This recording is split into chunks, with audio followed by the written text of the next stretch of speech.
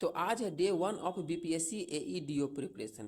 Previous video में हमने बात किया था कि हम इस सारे टॉपिक को 35 पार्ट में डिवाइड करेंगे। जैसा कि यहाँ पे लिखा हुआ है 35 पार्ट में हम बात करेंगे।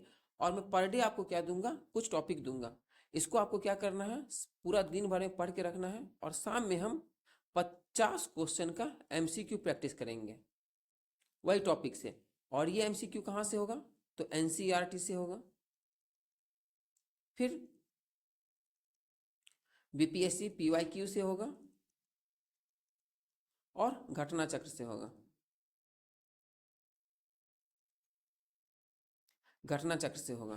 तो ऐसे ही करके हम 35 दिन में बांट लेंगे, 35 दिन में पढ़ लेंगे। फिर 15 दिन में हम फुल लेंथ टेस्ट मारेंगे, फुल लेंथ टेस्ट देंगे, जो कि मैथ और जीके जीएस का होगा और एक इंग्लिश और हिंदी का होगा। ठीक है, तो चलिए आज डे 1 में आप लोग को क्या क्या पढ़ के रखना है पहले ये देख लीजिए। डे 1 है, सबसे पहला है आपको पढ़ के रखना है arrival of European trading companies और ब्रिटिश पॉलिसीज। इसमें उन्होंने कैसे इंडिया पे कब्जा किया,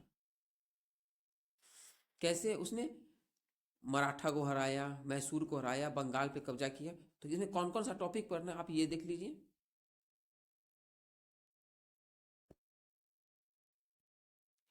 तो चलिए आपको क्या क्या टॉपिक पढ़ के रखना है आज। इसको कंप्लीट करना है 26 नवंबर के शाम तक। शाम तक आपको कंप्लीट करके रखना है। अब अराइवल ऑफ पोर्टुगीज आपको सबसे पहले पढ़ना है कि इसमें कौन सबसे पहले आया और इसका क्या पॉलिसी था, और इसके जो इंपॉर्टेंट गवर्नर थे जैसे Francisco de Almeida, Afonso de Albuquerque और ब्लू वाटर पॉलिसी। डच का आगमन, फिर ब्रिटिश इंडियन कंपनी कैसे आया वो,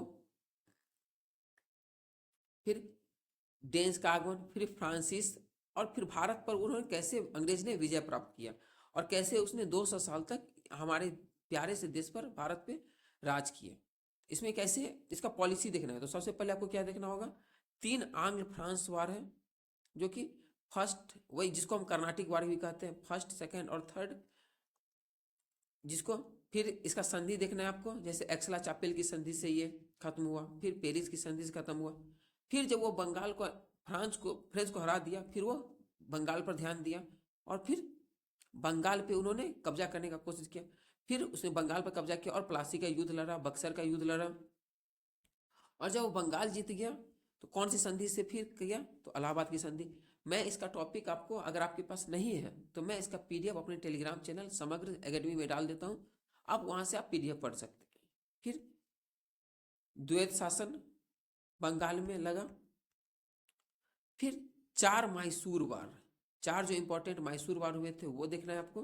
फिर आंग्ल मराठा वार, और इससे कुछ संधियां सब है उसको देख लेना है आपको, किसके किसके बीच में हुई थी संधि वो।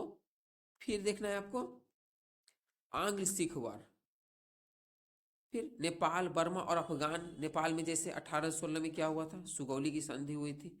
इसके साथ कब लड़ाई, कब कौन सी संधि हुई, बस आपको इतना देखना है।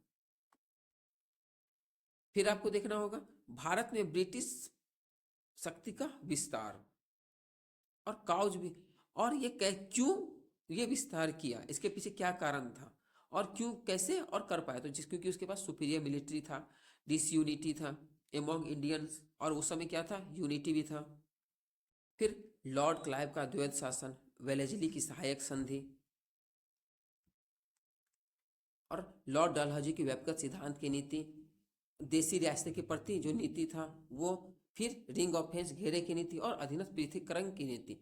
अब देखिए, अगर मैं इसका तो पीडीएफ डाल दूंगा हर एक, क्योंकि आप 1 घंटा मैक्सिमम, आप 1 घंटा में आप इसको कंप्लीट कर सकते हैं।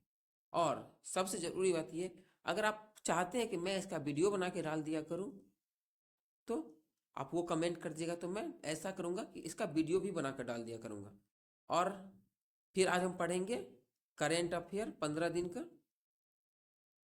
और इसका मैं एमसीक्यू दे दूंगा अपने चैनल पे। तो ठीक है, जाइए पढ़िए। और 26 नवंबर के शाम में 50 एमसीक्यू का आपको प्रैक्टिस करना है यहीं पे। जो कहाँ से होगा, एनसीईआरटी, फिर बीपीएससी पीवाई की,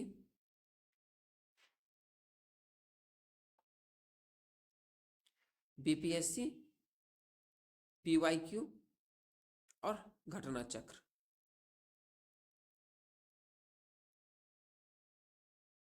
और कल मैं कुछ टॉपिक दूंगा मैथ से रिलेटेड ही, मैथ और रीजनिंग से भी रिलेटेड। ठीक है, बेस्ट ऑफ लक, आराम से पढ़िए, फिर आपको कल टेस्ट भी देना है। चलिए।